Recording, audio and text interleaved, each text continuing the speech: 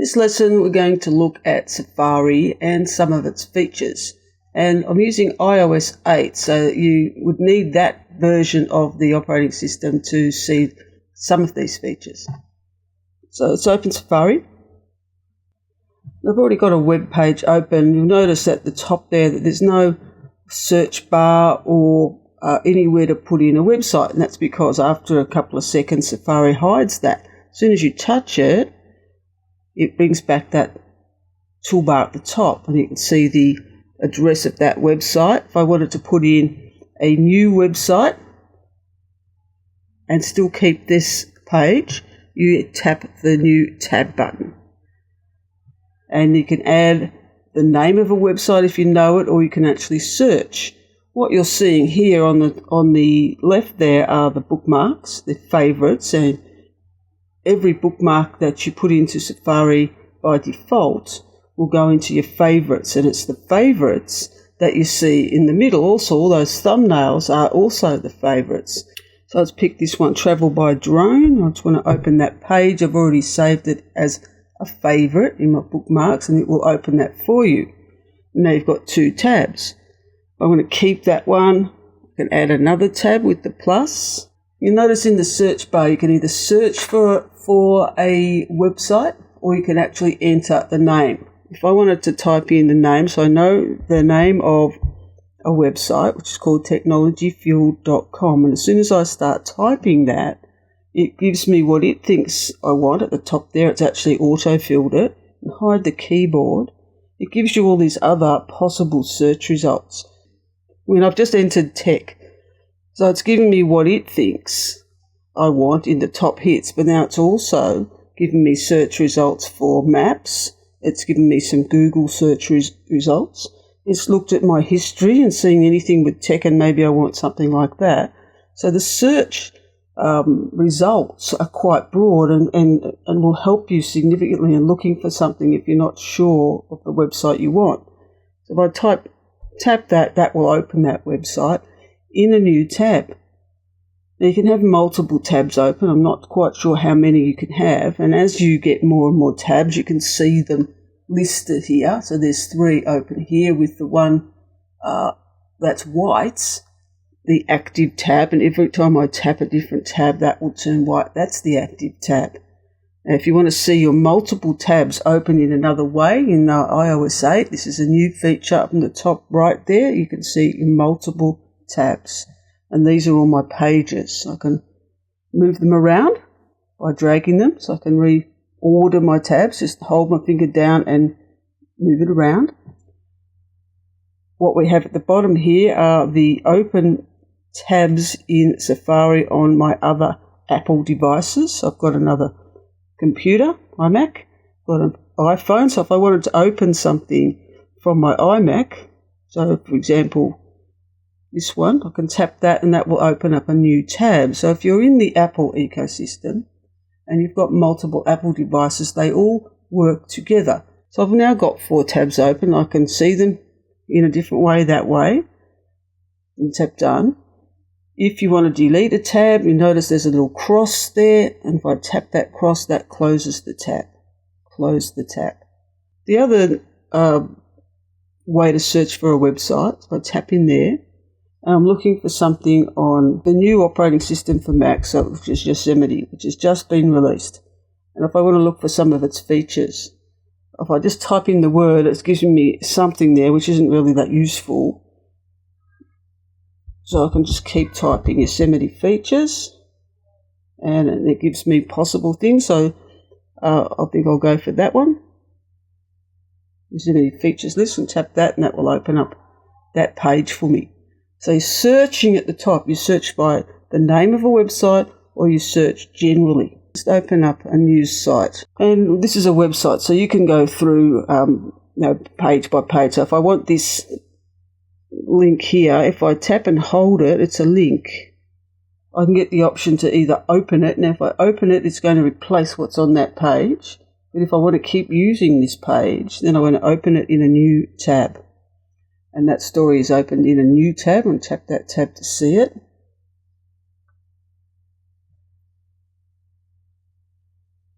And I can go back into another one, so tapping and holding, open it in a new tab, or I can add it to the reading list, which is up here. So if you're wanting to look at some stories and you're not near any wireless connectivity, you can add stories to like a read later. So if I wanted to access my reading list, go into the top. This one is the bookmarks. Here's the reading list. And then I can open that, and I don't need an internet connection because it's cached the page for me. So to remove bookmarks, you tap the bookmarks button, that will close it. So I can read that story, and then if I want to go back to where I was, the left and right navigation buttons here, left button here will take me back a page. Tap this right one, it'll take me back where I was. So it's like navigating the pages. If I want to add something to the bookmarks, then I share up here. There's a sharing button, and I can add this page and add it as a bookmark. The location by default goes into your favorites folder. If you don't want it there, you can put it in a different place by adding new folders. You can rename the bookmark by tapping that cross. You can delete it, put my own in, and save. If I want to look at that bookmark, go into bookmarks, into favorites.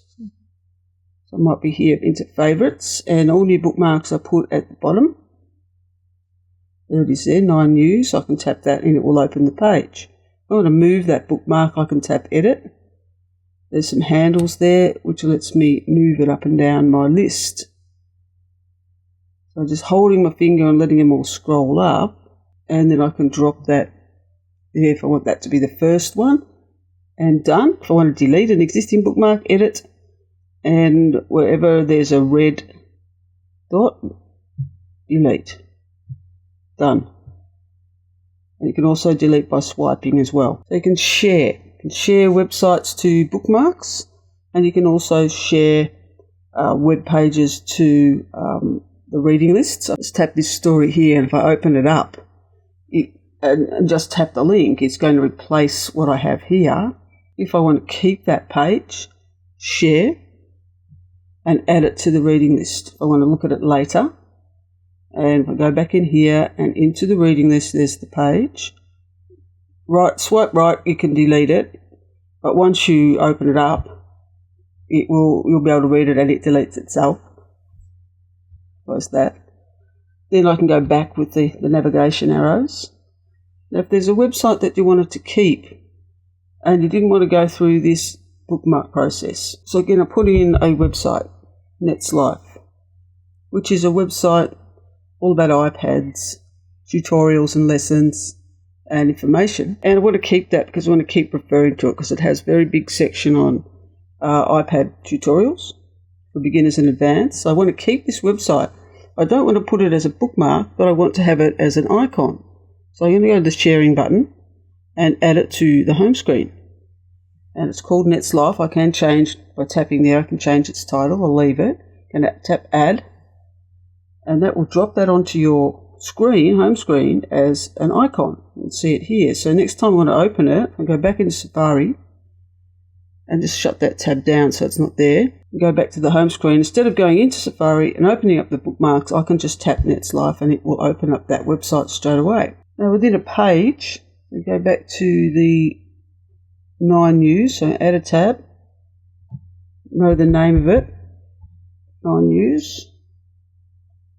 If you can't read something, the writing's too small, so I'll go into a story, tap a story, tap a link, and if I wanted to read that and it was too small, I can pinch and zoom and I can go up and down with the writing, with the text. If I want to keep the picture, tap and hold, and I can save that image into the camera roll or copy that image and paste it into another app. If I wanted to look at this story without all of the distractions of the sidebars, then there is a text link here. So where you see those horizontal lines, if I tap that, that will let you see the story without the distractions.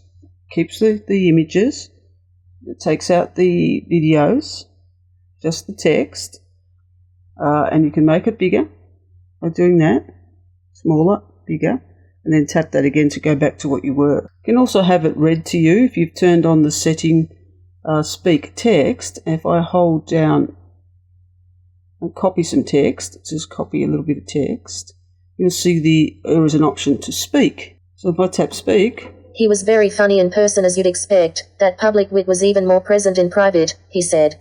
Now, there is some settings there that you need to change how fast the speaker speaks, to change the voice, change the accent. There's other things you set up. If you want to reload the page, there's a little arrow here. If I tap that, that will reload the page. If you ever get the message that Safari can't find the website or the server is down, then reload the page.